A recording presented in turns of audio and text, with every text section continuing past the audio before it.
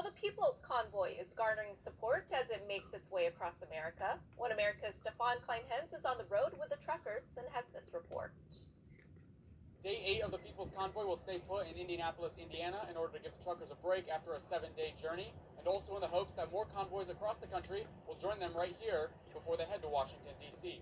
One American News went on a ride-along with one of the truckers in the People's Convoy to learn more about him and why he decided to join the movement. Here we go. Okay, brake check 143/2, right on the other side of the bridge there.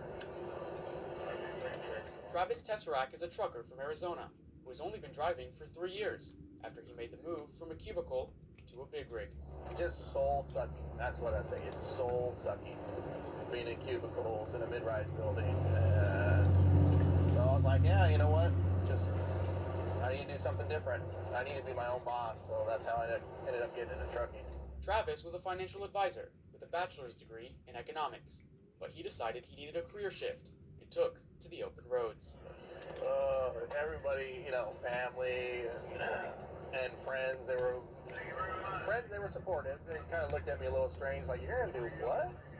And my mom was like, Travis, you did all that schooling to go be a truck driver. Travis said he has been amazed to see how many people are supporting the movement. Like it's cool to see everybody, waving on the bridges and stuff, and they, took the time out to come see us through their town. But when you pull up, I pulled up to the fuel island and was getting fuel, and had this lady come up to me and took out a wad of hundreds, and she goes, "Are you going all the way to DC?" I said, "Yes, ma'am." And she peels off 100 and gives it to me, and I'm like, "Oh my gosh, like, are you sure?" And she insisted I take it. And then I leave the fuel island to go park.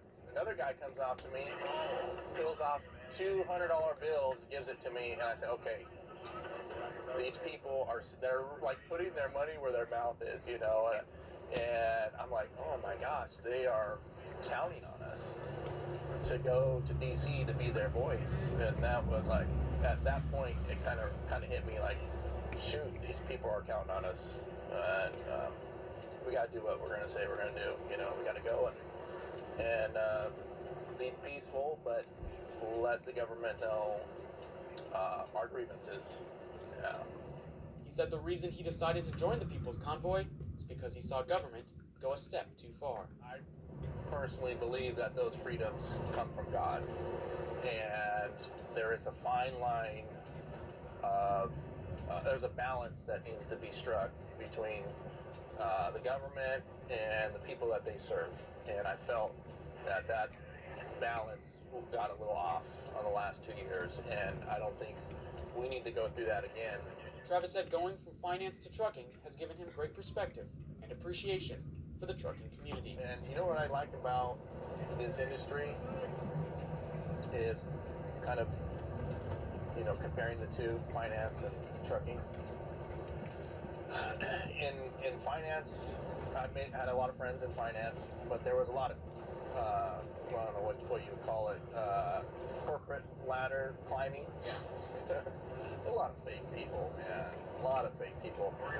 Here in trucking, it's as real as it can get. I mean, people are just themselves. They are just real. And whether you like them or not, some are a little rough around the edges, and some are not. They're just real. They're not trying to hide anything. I really love what they call brothers and sisters of the highway. It's just a good group of people that are trying to live true to what they believe is true. Stefan Kleinhens, One American News, Day 8 of the People's Convoy. Want to see more videos like this? Visit OANN.com for immediate access to all the